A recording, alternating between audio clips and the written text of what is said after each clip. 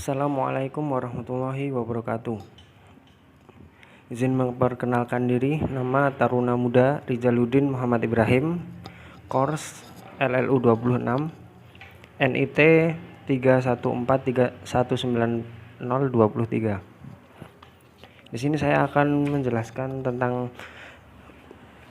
jawaban saya dalam ujian Radio Aid Navigation.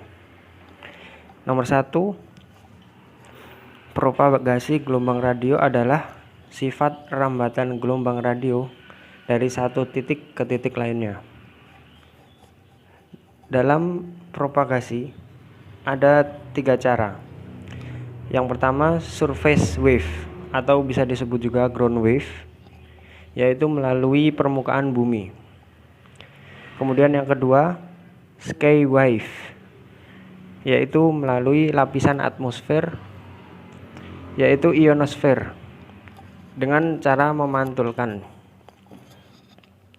Kemudian yang ketiga adalah space wave, yaitu merambat secara langsung atau bisa disebut dengan line of sight. Kemudian karakteristik gelombang radio antara lain: 1, dapat dipantulkan, yang kedua dapat dibiaskan, yang ketiga dapat terdifraksi, yang keempat dapat terinferensi, dan yang kelima dapat diuraikan. Kita lanjut ke nomor 2, perbedaan NDB dan VOR. Perbedaan mendasar dari NDB dan VOR adalah apabila VOR memberikan informasi arah yang terdapat dalam 360 derajat atau bisa kita sebut bearing. Kemudian apabila NDB, sinyal direksional tertanam dan tidak tercantumkan informasi arah. Jadi kalau VOR kita dapat informasi sekaligus dari sudut berapa derajatnya. Apabila NDB, pilot harus dapat mencari arah dari sinyal tersebut.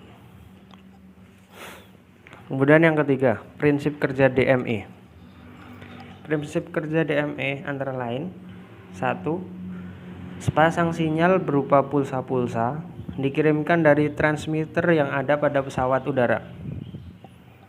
Kemudian sinyal diterima oleh transponder yang berada pada ground station dan diproses dan diterjemahkan. Setelah itu, ground station mengirimkan sinyal balasan ke pesawat terbang yang berisi informasi jarak pesawat dan ground station dalam satuan nautical mile. Kemudian nomor 4, keuntungan dari NDB. Keuntungan dan kerugian dari NDB antara lain: keuntungan dapat diterima dalam ketinggian rendah. Yang kedua, dapat digunakan untuk backup sistem apabila terjadi suatu masalah pada primary seperti VOR. Kemudian 3, murah biaya perawatannya. Yang keempat, banyak digunakan pada bandar udara kecil. Artinya NDB ini masih sangat penting untuk bandara-bandara kecil. Kemudian kerugiannya, sinyal NDB sangat mudah terganggu oleh night effect, interference effect, mountain effect, thunderstorm effect, dan shoreline effect. Yang kedua, akurasinya kurang karena hanya sekitar 5 derajat untuk approach kurang lebih dan 10 derajat untuk en route, yang artinya masih kurang baik dari yang lain.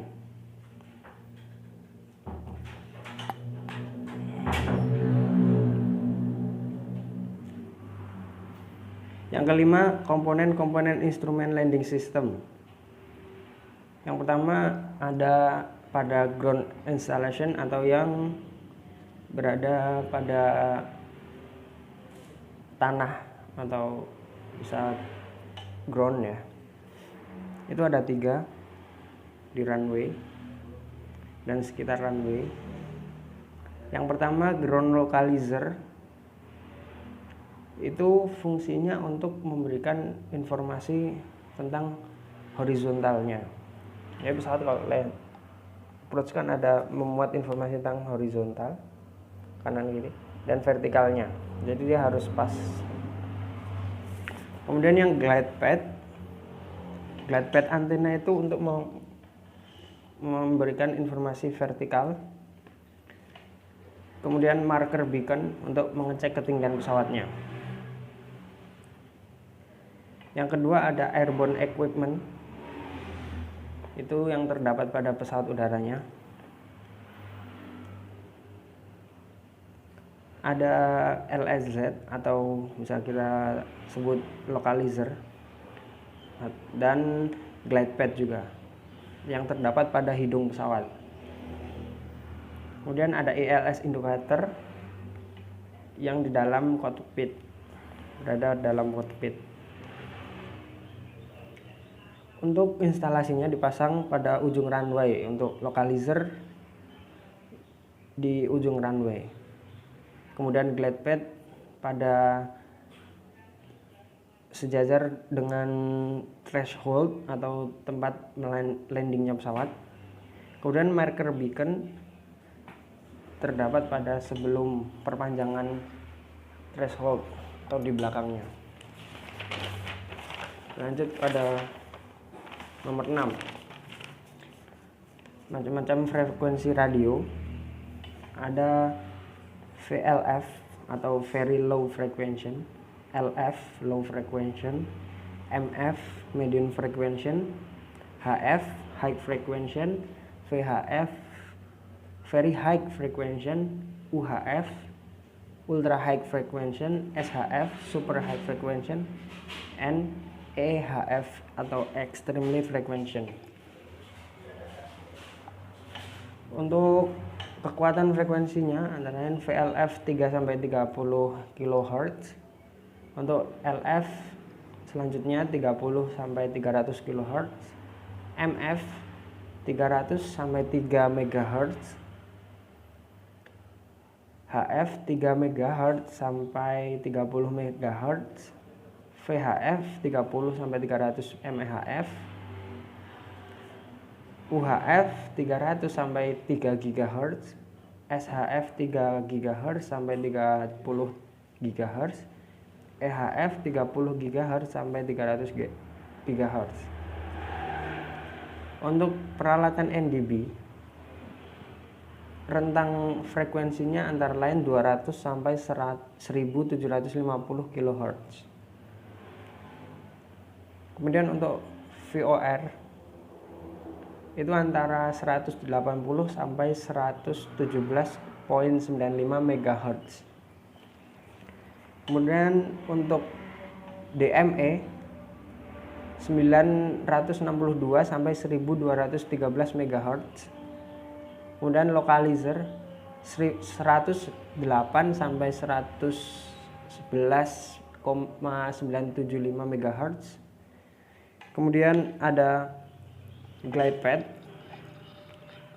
yakni 329,19 sampai 335 MHz. Kemudian ada marker beacon yaitu 75 MHz. Kita lanjut ke nomor 7. PBN adalah metode bernavigasi pesawat dilengkapi peralatan yang memenuhi persyaratan RNP dan RAF.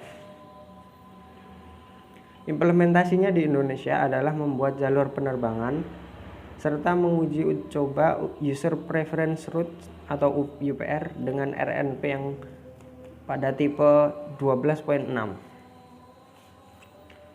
Lanjut ke nomor 8, karena ada tipe-tipe RNP. RNP 1 yaitu apabila lalu lintas terpantau padat. Kemudian RNP 4 memiliki fasilitas VOR dan DME. Ada tipe RNP 5 atau BRNAF. Maaf terpotong karena azan. Kemudian ada RMP10 yang mengurangi lateral dan longitudinal. Selanjutnya ada RNP12.6 yang sedang diuji di Indonesia karena diterapkan pada remote area facility limited. Kemudian ada RNP20 untuk airspace dengan performance navigation. Selanjutnya nomor 9, jenis kalibrasi penerbangan. Yang pertama ada evaluasi lapangan. Setelah dievaluasi, yang kedua pemeriksaan awal. Setelah itu ada pemeriksaan berkala, kemudian pemantauan, dan 5 ada pada kondisi khusus. Nomor 10, cara kerja MLAT, yakni pesawat memancarkan sinyal, kemudian stasiun memproyeksikan posisi pesawat. Apabila cara kerja SSR mengirimkan sinyal, kemudian transponder menerima dan membalas dengan informasi jarak dalam satuan nautical mile. Terima kasih. Kurang lebihnya mohon maaf. Wassalamualaikum warahmatullahi wabarakatuh.